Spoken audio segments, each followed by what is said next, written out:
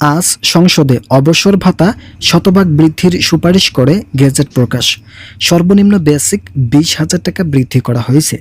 এ বিষয়ে বিস্তারিত আলোচনা করার শুরুতে চ্যানেলটি সাবস্ক্রাইব করে ভিডিওটি কন্টিনিউ করুন। জাতীয় সংসদ ভবনে অনুষ্ঠিত অত্যন্ত গুরুত্বপূর্ণ এক অধিবেশনে সরকার প্রধান দেশের বর্তমান সামষ্টিক আর্থিক স্থায়িত্ব ও বাজার ভারসাম্য রক্ষায় বিষয়টিকে সামনে এনে নতুন পে স্কেল প্রণয়নের নেপথ্যে কারণগুলো অত্যন্ত খোলামেলাভাবে তুলে ধরেছেন। নীতি নির্ধারক মহলে এই সময়োপযোগী ও স্পষ্টভাষী অবস্থান রাজনৈতিক অঙ্গন থেকে শুরু করে প্রশাসনিক পরিমণ্ডলে দারুণ আলোচনার জন্ম দিয়েছে। বিশেষ করে আগামী 6 আগস্ট সুনির্দিষ্টভাবে নতুন বেতন কাঠামো আনুষ্ঠানিক প্রজ্ঞাপন জারির ঘোষণা আসার পর থেকেই চাকরিজীবী মহলে স্বস্তির নিঃশ্বাস পড়েছে। সংসদীয় প্রশ্নোত্তর পর্বে সরকার প্রধান নিজেই গেজেট প্রকাশের বিলম্বিত হওয়ার কারিগরি ও অর্থনৈতিক প্রেক্ষাপট অত্যন্ত নিখুঁতভাবে ব্যাখ্যা করেছে। শুরু থেকেই সাধারণ সরকারি কর্মচারীদের জীবনযাত্রার মান উন্নত করা এবং নিত্য প্রয়োজনীয় পণ্যের মূল্যস্ফীতির চাপ সহনীয় মাত্রায় রাখতে একটি যুগোপযোগী ও সুষম বেতন কাঠামো তৈরি করার বিষয়ে প্রশাসন আন্তরিক ছিল। তবে একটি পরিপূর্ণ এবং দীর্ঘমেয়াদী টেকসই পে স্কেল গঠন করতে গেলে যে পরিমাণ প্রশাসনিক, আইনি ও আর্থিক চুলচেরা বিশ্লেষণ প্রয়োজন তার প্রতিটি ধাপ অত্যন্ত সতর্কতার সঙ্গে যাচাই করা হয়েছে।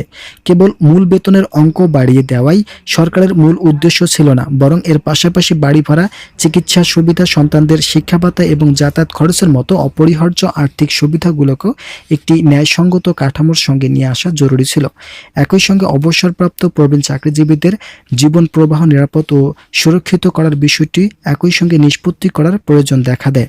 এই বিশাল কর্মযজ্ঞে আইনি ভেটিং এবং আর্থিক প্রাক্কলন নিখুঁতভাবে সম্পন্ন করতে কিছুটা বাড়তি সময়ের প্রয়োজন রয়েছে। যারা এখন পর্যন্ত আমাদের এই চ্যানেলের নতুন সদস্য আছেন তারা পরবর্তী আপডেট পেতে চ্যানেলটি সাবস্ক্রাইব করে ভিডিওটি কন্টিনিউ করুন। অতিরিক্ত বাজেট বরাদ্দ এবং এর সুদূর প্রসারী অর্থনৈতিক অভিঘাত গভীরভাবে পর্যালোচনা করার উদ্দেশ্যে একাধিক উচ্চ ক্ষমতা সম্পন্ন কমিটি গঠন করা হয়েছিল। অর্থ বিভাগ এবং সংশ্লিষ্ট সচিবালয়ের যৌথ মূল্যায়ন প্রক্রিয়ার মাধ্যমে ধাপে ধাপে এই পে স্কেলের খসড়া চূড়ান্ত রূপ লাভ করে। রাষ্ট্রের সার্বিক অর্থনৈতিক ভারসাম্য ও রাজকোষের সক্ষমতা বজায় রেখেই প্রস্তাবিত রূপরেখা চূড়ান্ত করা হয়েছে। বর্তমানে আইনি পরীক্ষা নিরীক্ষা ও সারসংক্ষেপ অনুমোদনের চূড়ান্ত আনুষ্ঠানিকতার সম্পন্ন করার পথে রয়েছে।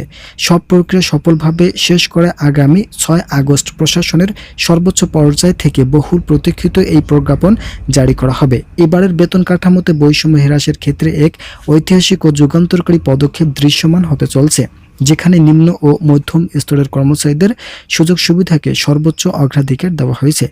বিশ্লেষণ করলে দেখা যায় এবারের পে স্কেলে বিশেষ করে 11তম থেকে 20তম গ্রেডের প্রান্তিক কর্মচারীদের আর্থিক সুরক্ষা ও জীবনযাত্রার মান বৃদ্ধির উপর অভূতপূর্ব জোর দেওয়া হয়েছে।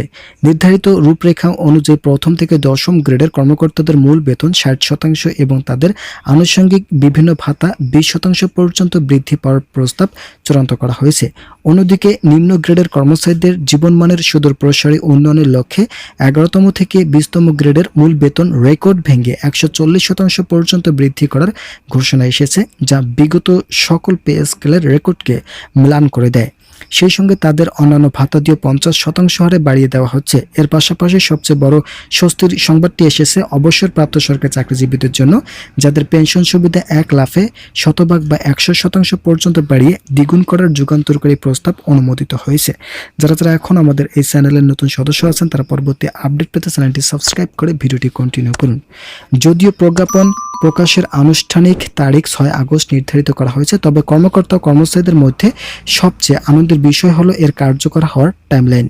সরকার প্রধান নিশ্চিত করেছে যে গেজেট প্রকাশের তারিখ আগস্টের 6 তারিখ হলেও নতুন এই বেতন কাঠামো আর্থিক সুবিধা ও হিসাব চলতি বছরের 1 জুলাই থেকেই কার্যকর হিসেবে গণ্য করা হবে। এর ফলে দেশের লাখ লাখ সরকারি চাকরিজীবী আগামী মাসের বকেয়া ভাতা সহ সম্পূর্ণ বেতন কাঠামোর বর্ধিত অর্থ নিজের হাতে তুলতে পারবেন। প্রায় 1 দশকেরও বেশি সময় পর বেতন ভাতার এই বিশাল উলফন সরকারি দপ্তরে কর্মরত লাখো কর্মীর নিজের কর্মস্পৃহা ও গতিশীলতা বহুগুণ বাড়িয়ে দেবে বলে অর্থনীতিবিদ ও প্রশাসনিক বিশ্লেষকরা মনে করেছেন। সরকারের এই সাহসী পদক্ষেপে বিভিন্ন সরকারি কর্মচারী কল্যাণ পরিষদ ও অ্যাসোসিয়েশন ইতিমধ্যে গভীর সন্তোষ ও কৃতজ্ঞতা প্রকাশ করেছেন। ভরণ পোষণের শেষাংশে সরকার প্রধান অত্যন্ত দ্ব্যর্থহীন কণ্ঠে উল্লেখ করেন যে বৈশ্বিক বাজারের বিদ্যমান অস্থিরতা, সাপ্লাই চেইনের চাপ এবং আমদানিকৃত পণ্যের বাড়তি ব্যয়ের ধাক্কা সামলাতে দেশের অর্থনৈতিক যখন মজবুত ভিত্তির উপর দাঁড়াবে, ঠিক তখনই এই পে স্কেলের সম্পূর্ণ সুফল দীর্ঘমেয়াদে টেকসই রূপ নেবে। কোনো নির্দিষ্ট গোষ্ঠীকে অতিরিক্ত সুবিধা দিয়ে জাতীয় অর্থনীতিতে কোনো ধরনের ঝুঁকিপূর্ণ পরিস্থিতির মুখে ফেলা সরকারের অভিপ্রায় নয়। কমিশনের সুনির্দিষ্ট সুপারিশসমূহ বর্তমানে অর্থ মন্ত্রণালয়ের সমষ্টিক অর্থনৈতিক উইংয়ের অত্যন্ত সতর্কতার সঙ্গে খতিয়ে দেখা হচ্ছে, যাতে নতুন বেতন কাঠামো চালুর ফলে সরকারের রুটিন পরিচালনার ব্যয় বাড়লেও মেগা প্রকল্প ও জনকল্যাণমূলক খাতের বাজেটে কোনো ধরনের ঘাটতি তৈরি না হয়। সার্বিক এই ভারসাম্যপূর্ণ সুদূর প্রসারী পদক্ষেপেই দেশের প্রশাসনিক অঙ্গনে এক নতুন উদ্দীপনা সৃষ্টি করেছে।